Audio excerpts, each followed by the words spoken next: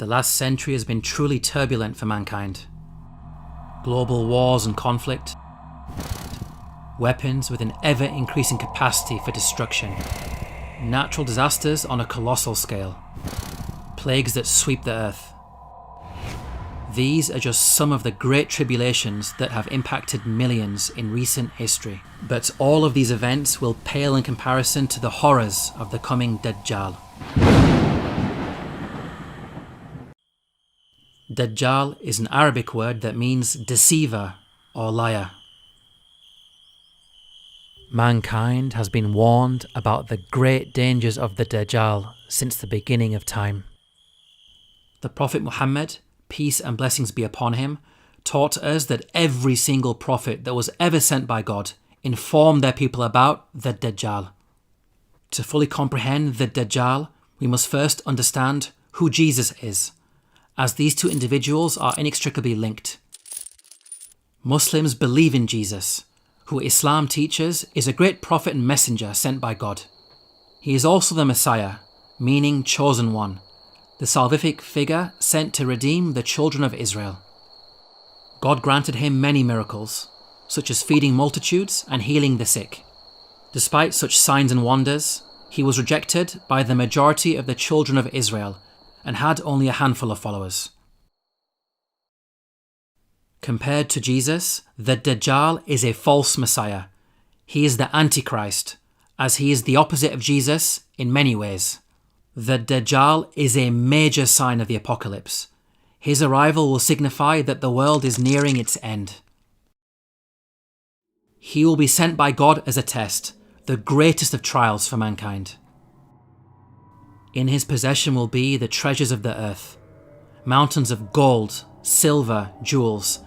Every material thing that mankind desires will be with him in abundance. The weather will be at his command.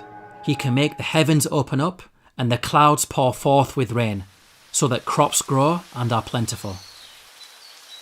Likewise, he will also be able to withhold the rain, causing drought and killing crops. With these abilities, he will create a great dependency on himself and attract the masses who will flock to him. Eventually, he will declare himself to be God and will be worshipped as such. In this way, much of mankind will be deceived, selling their hereafter for worldly gain and ending up in the fire. The Prophet Muhammad, peace and blessings be upon him, warned us to stay away from the Dajjal. He said that a Muslim will go to the Dajjal considering themselves a believer and will end up following the Dajjal because of the miracles on display. God's ultimate test with regards to the Dajjal is to see who will heed the warnings of the prophets to stay away from him and who will follow and worship him. Now you may be thinking that the Dajjal is some far-off threat that will happen long after you're dead and buried, so why worry about it?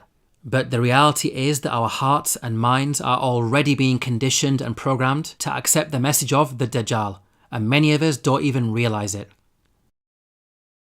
New Atheism, which is a liberal atheistic movement that has been sweeping the West for the last few decades, is priming the world for the Dajjal's arrival. What are the principles of New Atheism? Firstly, the rejection of religion. Religion is undermined through mockery and the normalization of blasphemy. Secondly, empiricism. This is the idea that one should only believe in what can be experienced through the senses. If something cannot be seen, touched, smelt or heard, then it cannot be accepted. God and all aspects of the supernatural are therefore rejected. Thirdly, materialism, emphasizing worldly matters above the spiritual and claiming superiority based on scientific and technological advances. This unholy trinity of New Atheism, the rejection of religion, the emphasis on empiricism, and the increase in materialism is exactly the fodder that the Dajjal needs to create dependency on himself, attract the masses as followers, and ultimately be worshipped as God. Just how does the atheist denial of the supernatural benefit the Dajjal? Doesn't that go against his agenda of being worshipped as God? No, this actually fits in perfectly with his master plan. People who disbelieve in God and have rejected all aspects of the supernatural, just imagine how they're going to react when they see the Dajjal. They're going to lose their minds And no doubt they will accept his claim of divinity without question, because they'll be witnessing things they cannot comprehend. They'll be taken by surprise and snared in his trap. With regards to empiricism, the Dajjal will satisfy the atheist demand that they see God. If they're demanding a physical God, well, that's what the Dajjal is going to be, defying all scientific explanation by performing signs and wonders before their very eyes.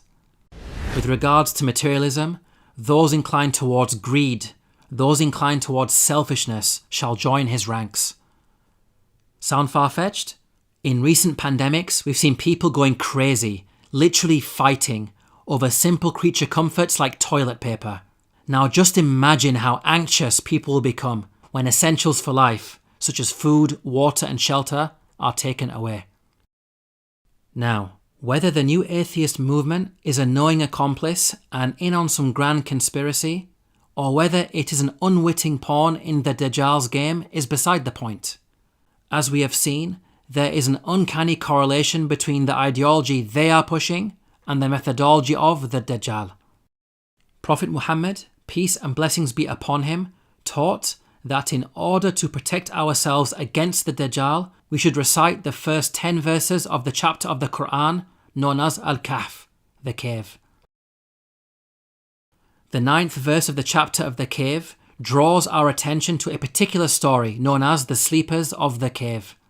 أم حسبت أن أصحاب الكهف والرقيم كانوا من آياتنا عجبا. This story relates to some youths who lived in a land of idolatry. Out of their strong devotion to God, they fled from their people. The verses go on to say, إذ أوى الفتية إلى الكهف فقالوا ربنا آتنا من لدنك رحمة. This shows us that faith is the most precious and important thing in our lives. It must be safeguarded and protected at all costs. With regards to the Dajjal, it will be best to stay away from him, even if it means fleeing to a remote cave.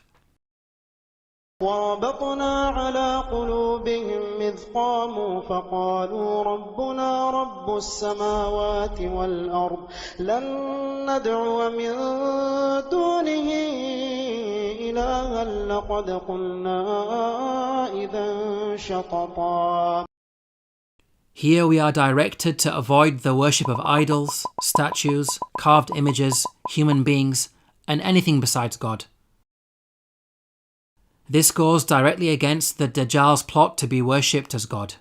وَإِذِ اعْتَزَلْتُمُوهُمْ وَمَا يَعْبُدُونَ إِلَّا اللَّهَ فَأْوُوا إِلَى الْكَهْفِ يَنشُرْ لَكُمْ رَبُّكُمْ مِنْ رَحْمَتِهِ وَيُهَيِّئْ لَكُمْ مِنْ أَمْرِكُمْ مِرْفَقًا.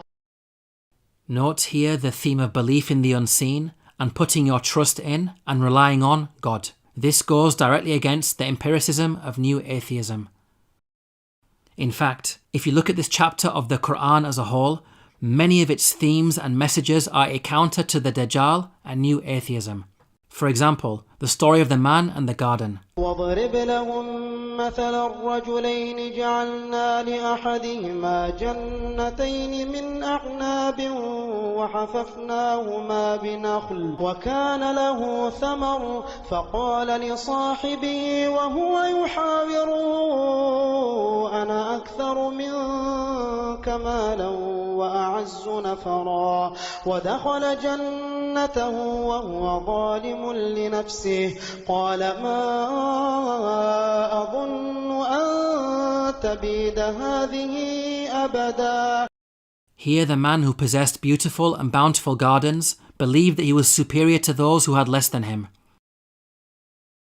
This reminds us of the arrogant new atheist narrative that we are superior to the religious people of the past just because we lead more comfortable lives and have better possessions. Our worth as a society should not be measured in material terms, such as wealth and technology, but rather how we treat the weakest and most vulnerable. In this regard, the modern world is failing miserably. Finally, these verses remind us that material things are temporal, and one should not put their trust solely in them to the extent that they neglect God. By contrast, the hereafter is eternal, everlasting. In summary, we can see that the plots of the Dajjal and the pillars of new atheism are explicitly denied throughout this chapter of the Quran. It's important to understand the reason why the Prophet Muhammad, peace and blessings be upon him, directed us to the chapter of the cave for protection. It is not blind recitation, nor the sounds of the words that will protect us. Rather, it's the study of its verses, the contemplation of its meaning, and the enactment of its lessons in our lives that will protect us. To learn more about the Dajjal and signs of the end times, please download your free copy of the book, The Forbidden Prophecies, at the link below.